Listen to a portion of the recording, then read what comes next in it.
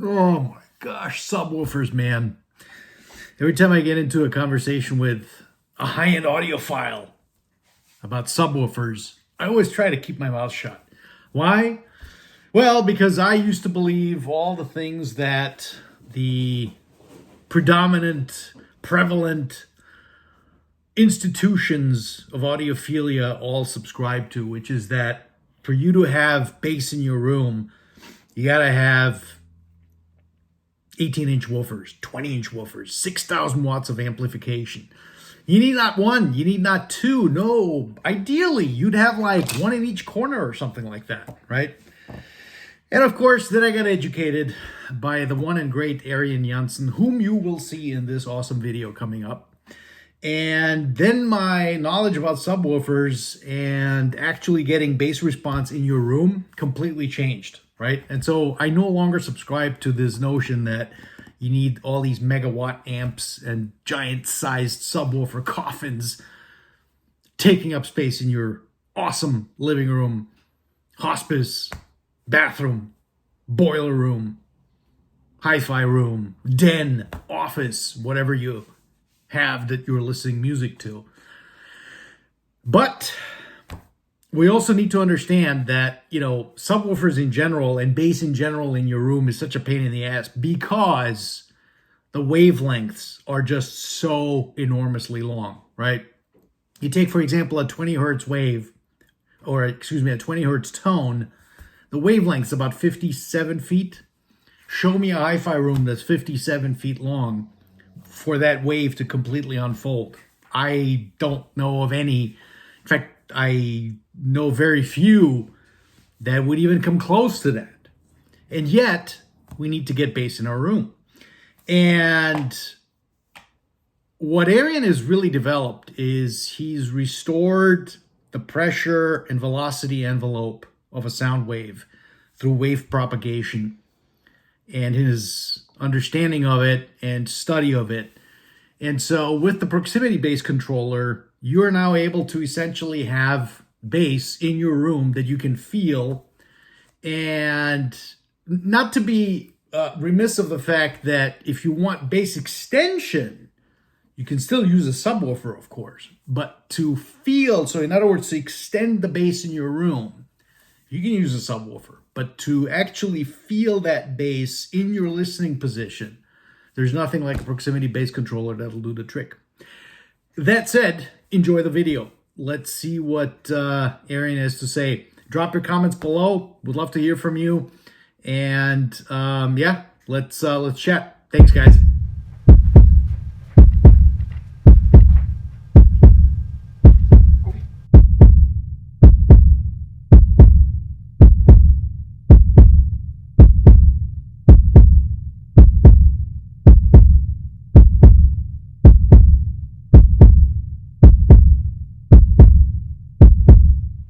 So, Arian, there's two topics left in our conversation piece here that are very near and dear to me.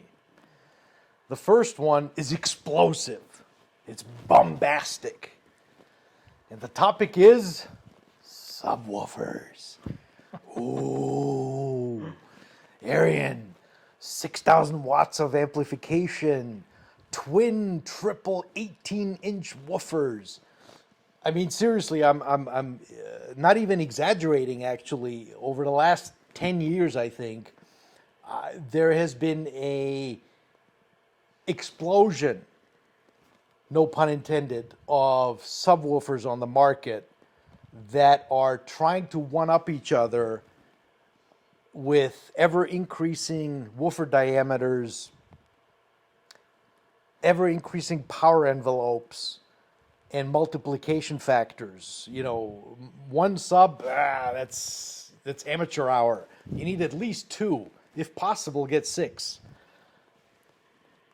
And yet, I hear some of these systems with these incredible subs. There's no bass, and I'm like, what? Okay, what the heck, dude? Like, how is this even possible? And then, about 10 years ago, 12 years ago, I went through the Arian School of Economics, and I learned the truth about subwoofers. Proximity-based controller. What have you created there, Arian? Okay, yeah, that's an interesting subject indeed, because I totally agree. You have people with total over excess of subwoofers, and they're still complaining that they don't really get any bass. And the fun part is, especially if you just poke a measurement microphone, which are all just pressure-based microphones. So you look at pressure, put that into the room. There is an abundance of bass, and it should be, because there are all these subwoofers, and they're vibrating like no tomorrow, and the glasses are rattling in the kitchen of the house and so. But in the room, it still There's no bass. appears. Yeah. That's the point. And here's the point. It appears there is no bass. Yep. Even though There is plenty of bass. yeah, the measurement microphone says there's plenty of bass. In fact, I remember, just to interject, in our old home in Long Beach, if you recall, that second room with Studio B that I always called had no bass. You had bass in the kitchen. You could feel the bass in my office across the house, but there was no bass in that studio. And yet, once we got the proximity-based controller dialed in, I had plenty of bass with a little 10-inch subwoofer. Yeah, that's again. I had the same issue like everybody else had. It's okay, you set up your system, and you like to set it up. You get some good stereo imaging, and make sure that you don't have reflections of the walls and everything. But then the bass sounds really terrible. Mm-hmm. But if you're going to set your speakers up to get best bass at your listening position, then everything else doesn't work. So you're looking at two conflicting things basically. So I started thinking, okay, first, how is it possible that you do not have, you don't hear any decent bass? Because if I look at the terminals of my speakers, it's definitely going in. The woofers are Vibrating moving and and vibrating, pulsating. and Yep. indeed, like you said, you go to the kitchen, and there your bass is in the kitchen basically, and it's How can we Yeah. pack it up and bring it back to the exactly. where it needs to be? So I started to theorize a little bit about this, how that is possible, and I also went back to a lot of the studies that I did back in the 80s, when I looked at all those technical papers about sound propagation and about psychoacoustics, how things are perceived, Okay. and I kind of found the answer there. Okay. And first is the answer, okay, why is there no bass? While if I put a measurement microphone in there, there is bass. So why is it not there? So the reason basically that is the case is that the sound wave that comes from your speakers is kind of pulled apart as a result of your room. And if you have a naturally propagating sound wave, you basically have air velocity and air pressure, because a wave will be consisting of pressure and air velocity. Mhm. And if the wave travels properly, the air pressure and air velocity should be 90 degrees out of phase. That is kind of a natural requirement for a wave to travel. For electromagnetic waves, not any difference, but instead of velocity and pressure, you have electrical field and magnetic field. But same principles are 100% true in both cases. Okay. So if you then add that your room basically destroys that relationship, Mhm. add that to another interesting characteristic of the human hearing, then you get to the answer. And the interesting part of the human hearing is that for us and for animals alike, basically, to be able to hear specific sounds in an enormous amount of noise, of ambient noise, basically, your brain is is capable of filtering out basically certain sounds that are wrong or irrelevant. And as an example, what I always use, which is people understand that something like that happening, is that suppose you and I will step out to the outside. We're going to have a discussion, but it's kind of a windy day. And you bring your iPhone. You always have it on you anyway, so you bring out your iPhone, start recording the conversation. So we have a conversation that works perfectly fine. It's a nice day, so the wind doesn't really bother us very much. So we have a discussion, and you record it on the iPhone, and then back inside you're gonna listen back to it, and there's something very weird is happening. I mean, you immediately know why it is, but on the iPhone you hear basically the flapper of the wind on the microphone. Yes, correct. Say, all right, what was that flapper not on our ears? Is our ear shell or so shielding it? No, it's not the case. That flapper on your ear was just as loud as it was on the iPhone. But since it's a completely non-natural occurrence from a sound propagation point of view, your brain takes it out completely. Wow. So the flapper is there, but you're not hearing it. You're perceiving it. Yeah, you're not perceiving it. You're hearing it. Your ear picks it up, but you're kidding. And that is. I never thought about that. Fascinating. Wow. So that's actually the whole reason why, if your room really pulls apart your naturally propagating wave, that your hearing will, it comes into your ear because it comes to the microphone, the measurement microphone. Your ear will hear it as well, but your brain will tune it discount it. Will say this is ambient noise. So I cannot hear the music because of all this ambient noise. So I'll take it out. Fascinating. And that is annoying, especially if you just had your 6,000 watt 18-inch 200-pound yeah. Magico subwoofer installed. Yeah, you have it installed. So you call Scott Walker, and you're like, Scott, there's no bass. I need 2 of them. And he installs the second one, and you're like, Scott, I still have no bass. I need 3 of them. And you keep adding, what is I forgot what the ratio is. 2 18-inch subs is what, the square of the membrane area or something like that. I forgot what something like that. And so next thing you know is you have 100 inches of membrane vibrating in your room and 10,000 watts of power, and you still can't feel the bass. Yeah, but the bass is substantially louder now, still in the kitchen. I mean, now all the glassware is really the kitchen is broken out of the out of the cabinets. Yes, but still in your listening room, it's not there. Because with that subwoofer, you have not addressed the real problem. And that is your brain just had to work harder now to get all those additional unproperly correlated noise out of the equation. What those subs are producing, also to suppress that. So essentially, so basically, I then go back to 2 comments you made earlier, which is air or wave propagation is a fundamental of sound pressure and air velocity. Yeah, it's basically it's an interaction, continuous interaction between air velocity, where the movement of the air, basically the movement of the air molecules is the most, and where they're most compressed, basically. Okay. So that's pressure where it's compressed, and where they're moving is velocity.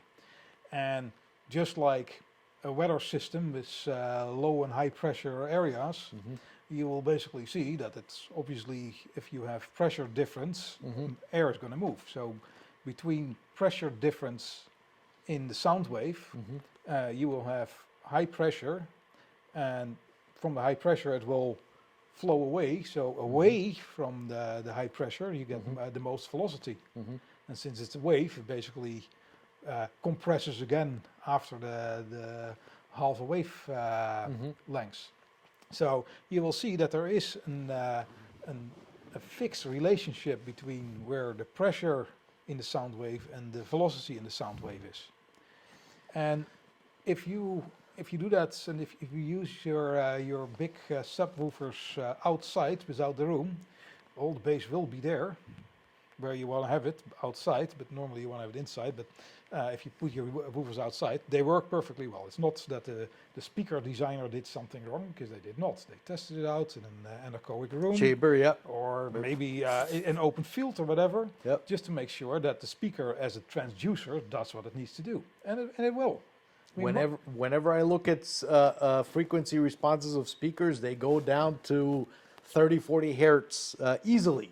yeah, I mean nowadays with the drivers we have with neodymium magnets and everything, and The power. power basically is cheap nowadays. The watts of your amplifier are cheap basically. So having enough power in the bass is always there, and it will go low. So it's your main speakers will be perfectly capable of delivering the bass that you're looking for. But you don't hear it because your room just destroyed the natural propagating wave. So is that essentially what explains a room node in your room, the suck out that you?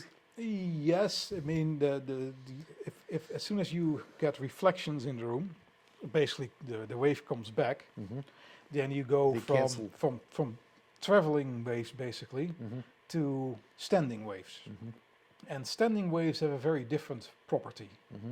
And for standing waves, you can have your pressure and velocity can be fairly out of phase.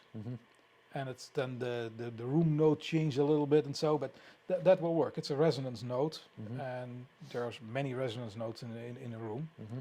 But the relationship, because of that standing wave effect, between the pressure and the velocity that would be associated with a proper traveling wave that comes towards you, gets lost to a lesser or greater extent. I mean, if it's a small extent, then bass will work well. In some rooms, it's so bad that that relationship's totally gone, and your ear says, "Well, this is flapper on my ear. Let's cancel it out." So, what is the solution? Or what does your product do that I've been enjoying so much over the last 10, 15 years of whenever I first saw it, had it, and you installed it for me, and I've never ever looked at another subwoofer because I don't have the need to. Yeah, what I found out basically, or what the solution when I found out, okay, that this is really what's happening, is the pressure and velocity relationship, natural relationships get lost. Then actually the obvious answer kind of presents itself.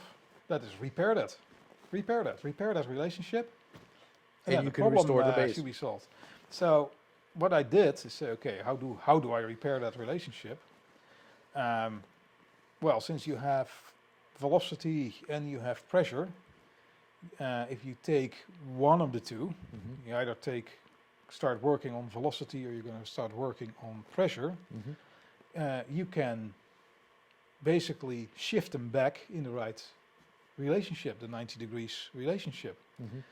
Well, doing that with velocity is not easy. Then you need to have a very large electrostatic panel or magna-planar panel, so that does not make sense, but it would work.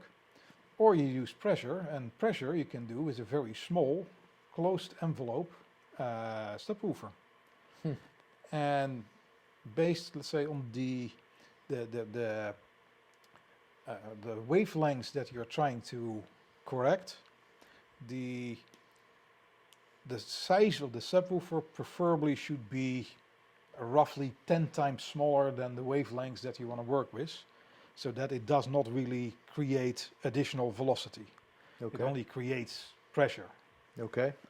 And I mean, if you would put it outside, the pressure, because the outside it will naturally start propagating. The pressure, part of the pressure will be transformed to velocity in a natural environment. But again, in the room it was already a problem, so that's not going to happen either.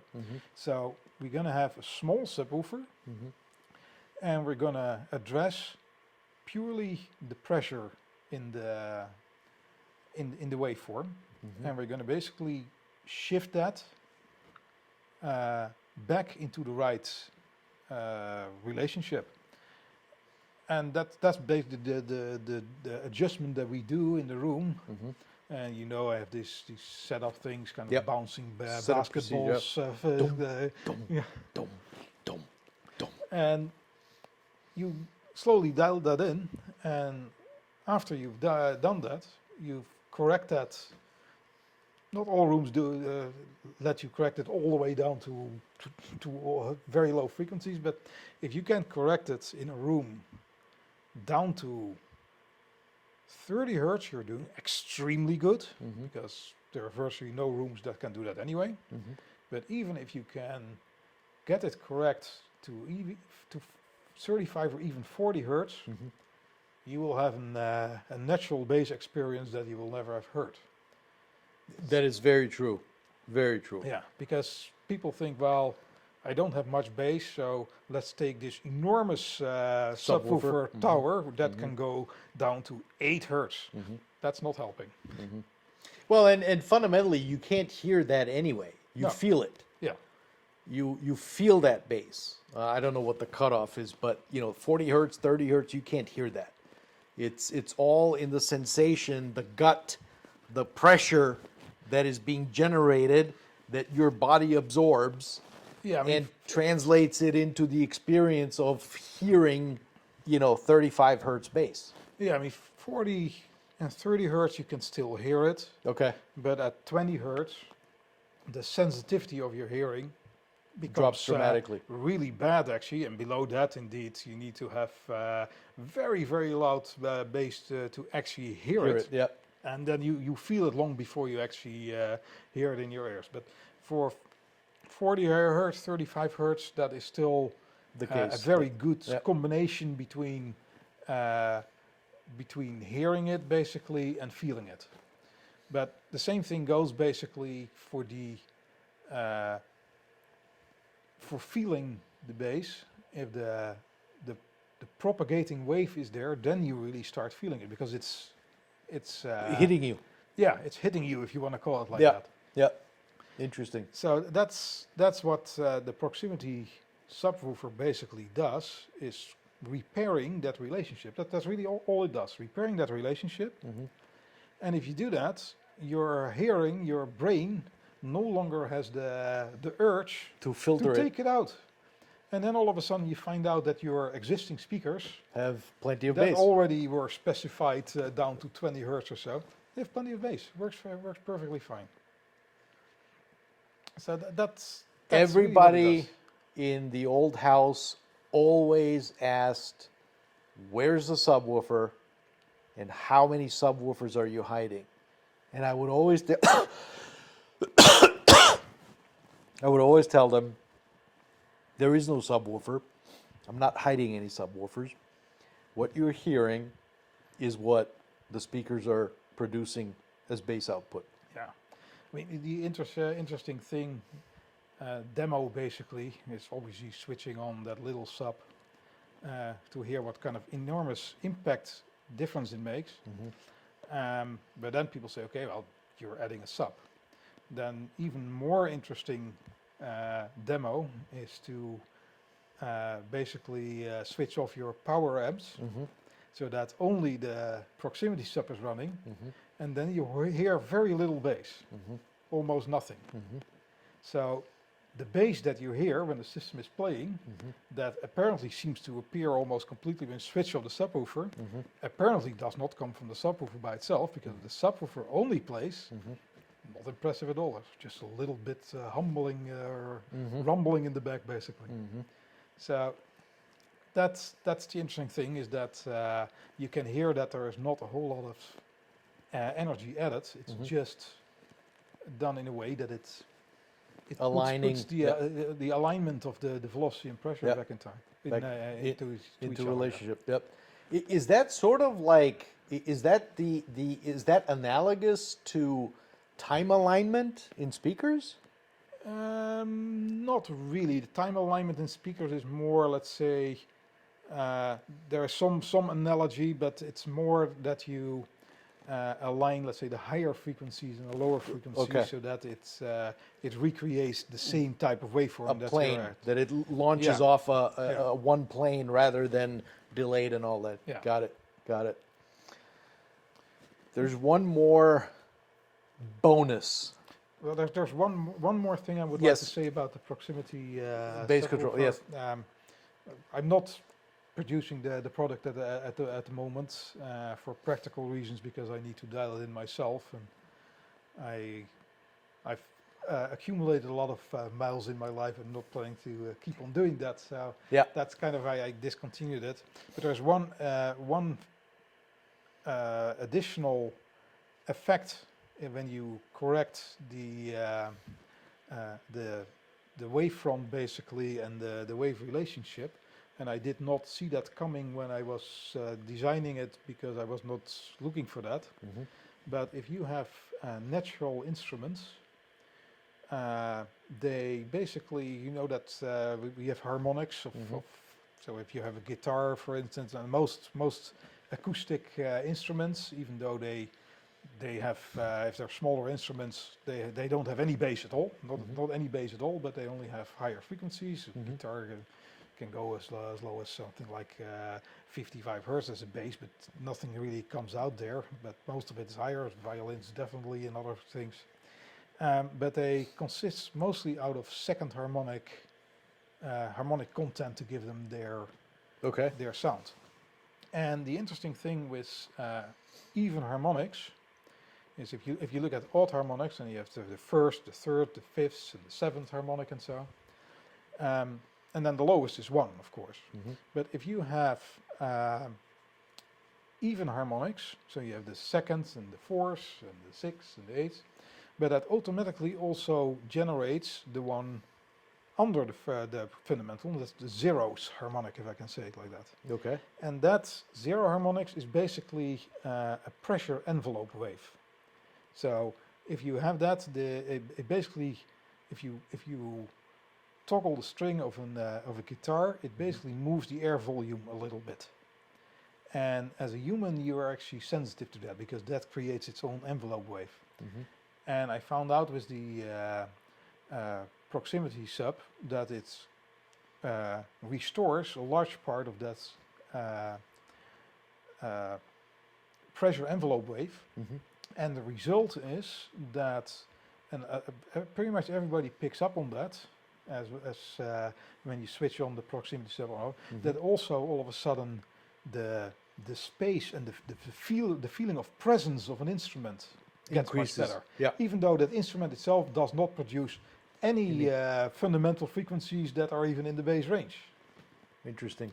And that was yeah. something that, if it took me a while to find that out, and it's actually you can measure it. You can measure it that it is the case. Mhm.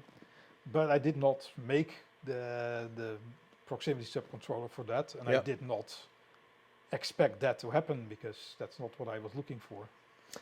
I can definitely agree that when you turn the proximity bass controller off, it appears that the entire image collapses.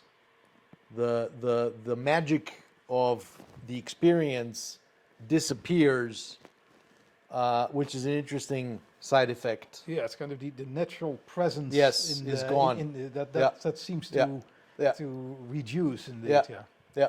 And again, that was an interesting side effect that I did not anticipate, but looking into it, Yeah. you can actually measure that it is the case. Wow. That pressure envelope is the case. Fascinating.